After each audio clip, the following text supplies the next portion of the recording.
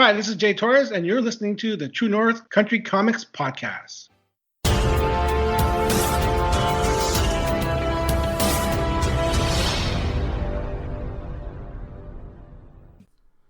Welcome to the True North Country Comics Podcast, dedicated to promote Canadian comic book creators and supporters.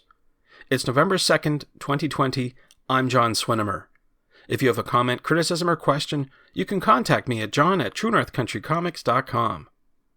On this episode, I chat with Jay Torres about WhitCAF 2020. The podcast is available on Apple Podcasts and Google Podcasts. And don't forget to check out the new YouTube channel.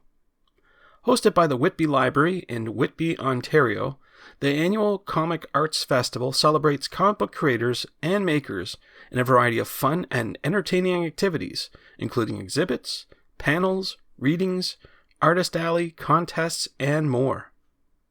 Jerry Torres is a comic book writer from Ontario, whose credits include Alison Deer, Batman, Brobots, How to Spot a Sasquatch, Lola a Ghost Story, Rick and Morty Presents, Teen Titans Go, and so much more. During our conversation, we talk about WhitCAF while getting a sneak preview of the Planet Hockey panel event with artist Tim Levins. So without further ado, here's my chat with Jay Torres about WhitCAF 2020. Well, Jay Torres, thank you very much for taking time to chat with me. My pleasure. Super. The focus for this chat is WhitCAF, which is coming up in November, and I want to know what's the latest project that you're promoting?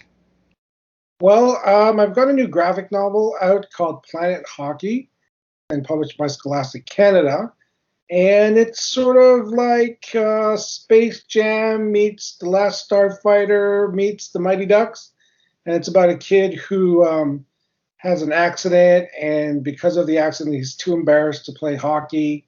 But then one day he gets abducted by aliens to play hockey on an alien world, and he has to kind of get over his fears to help them win the game. Wow, it sounds like that book has everything. A little bit of everything, yeah.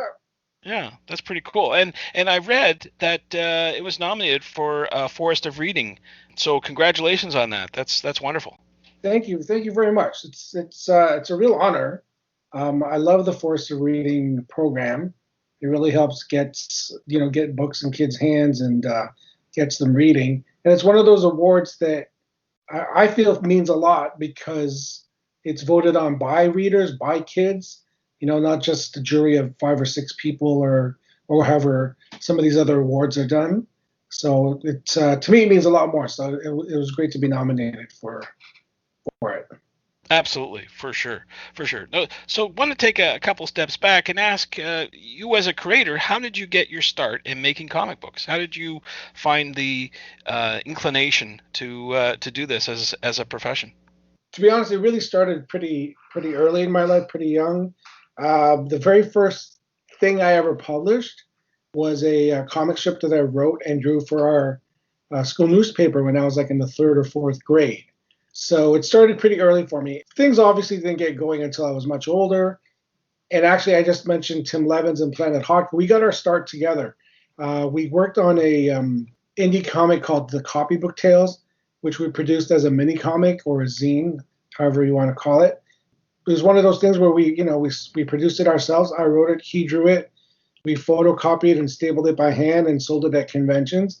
And that kind of was our start. It got attention from some editors and publishers, and Tim ended up working over at DC at one point. I started writing for other places like Oni and Nickelodeon. And that's how we got our start, by putting together this little indie comic. Wow, that's pretty cool. Pretty cool. So what advice would you have for newcomers, anyone who was thinking about making a comic book or get into the comic book business? What advice would you have for those people? Basically do what we did. Produce something, put it out there. We started back in the day before the internet, before it was in everyone's house. I only had a college account, college email at that time. So we did a lot of mail order, and we still had to print something in order to have people read it. But these days you can put something up on the internet and get dozens, if not hundreds, if not thousands of eyes on it instantly. So for anybody who wants to make a comic book or make comics for a living, I say do it. Make a comic. and put it out there. It'll get you some notice. It'll get you maybe some constructive criticism. Put your stuff out there. That's how you start these things. It's just like if you want to be a musician or a singer or an actor, you got to get out there and do the actual thing, right? So same thing with comics. Put together a comic book.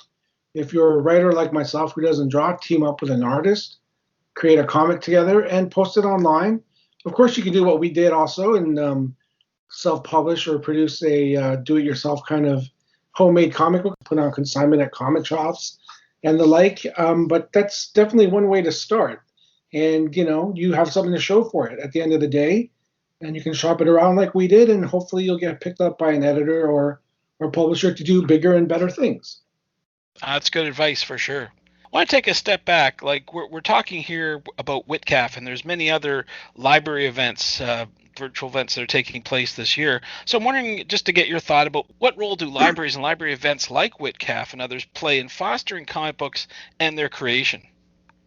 Well, I think it's huge. My first exposure to comics, graphic novels, was the school library, and of course later the community library. I discovered Tintin and Asterix and Lucky Luke and Smurfs and all those kinds of things at the library. So it starts there as a reader, and then that hopefully inspires you to write and draw your own stories.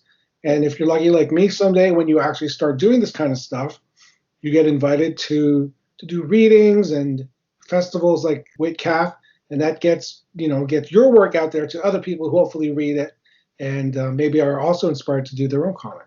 So it's sort of like a nice little circle of life kind of thing. Cool. I'm wondering if you have any favorite memories of past library events that you can share. Well, I might be a little biased, but I really love WhitCAF. It's literally in my backyard. I helped them kind of get it off the ground. I've been a guest since the first WhitCAF. I get to meet a lot of people in my own town that I didn't know. Obviously, were comic fans, and they discovered that there were comic creators in their area. And on top of that, of course, the family and friends that live around here get to see me in my element, which is great. So it's a great little community event. The library is really well organized and has so many things going on the day. It's going to be a little bit different this year, but I think it's still going to be fantastic. I've already taken a peek at the schedule and seen what they've got up, what they've got going up and what will be happening virtually. I think they're making the best of the situation, and I think it's going to be great.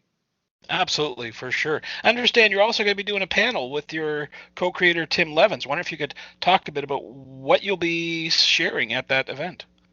Right. So the panel is going to be on the 21st, Saturday, the 21st of November, and it's at 1 o'clock. So we're going to be doing a reading from Planet Hockey, an excerpt. I believe we're going to talk a little bit about how we put it together, and then we're going to do a Q&A. So a pretty standard kind of panel, mostly hyping the book and letting people know that it's out there. But of course, people can ask us questions about the book, about our other work, Tim's work on Gotham Adventures, my work on Titans Go, or anything like that, or questions like you asked about breaking in and the process and the craft type stuff. So it'll be informal, but it'll be fun. The readings always go over very well with the young ones, and there's a lot there for people to pick up on and enjoy. So come on down, ask us some questions, or just sit back, relax, and enjoy the storytelling. Absolutely, and that's all going to be done online, so I think that's something to look forward to for sure. Yep. Sign up. So they just have to go either to the Whitby Library website or the Whitby Library Facebook. There's a link there, and you need to sign up for the virtual panel. And space is limited, so you might want to sign up as soon as you can. Now, we've talked about Planet Hockey. I'm wondering if you have any other projects that you can talk about that are coming up down the road. Well, my next graphic novel is not out until around this time next year. It's called Stealing Home. It's going to be published by Kids Can Press. The illustrator is David Nemisato, and it's a historical work of fiction based during the Japanese internment of World War II, Japanese-Canadian internment. And it's a story about a Japanese Canadian family who gets interned and kind of uses baseball to kind of get through it. It's a bit of a love letter to baseball, but also a love letter to a very famous Japanese Canadian baseball team called the Asahi, who played out west, and it was inspired by a documentary about them. It's based in reality, but it is ultimately a work of fiction, and we're really excited about that. That's not out until next year, though. Now, something to look forward to, that's for sure. So where can people buy your books and the other ones that you have on the go? Well, if you're in the area, Comic Book Addiction on Brock Street in Whitby is the place to go. But of course, it's also available at your Chapters, your Indigo, and online if you like, on Amazon, Chapters, Indigo. This book in particular, Planet Hockey, you can get directly from Scholastic if you want. Yeah, I mean, I encourage people to get out to their friendly neighborhood comic store or independent bookstore first if they can. And then second choice is, your big box retailers if you have to. And of course, you can always order online. You can discover more about Jay Torres on Twitter at JTorresComics and online at jtorrescomics.com. You can discover more about WhitCAF 2020 at whitbylibrary.ca/WhitCAF. And thanks to you for listening to the True North Country Comics podcast. If you haven't done so already, please subscribe to and like this podcast on Apple Podcasts. And please leave a good rating.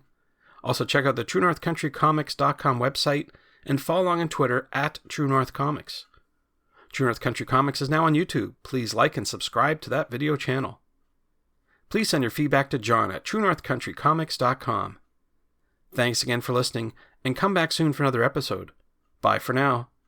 True North Country Comics Podcast is copyright True North Country Comics, copyright 2020.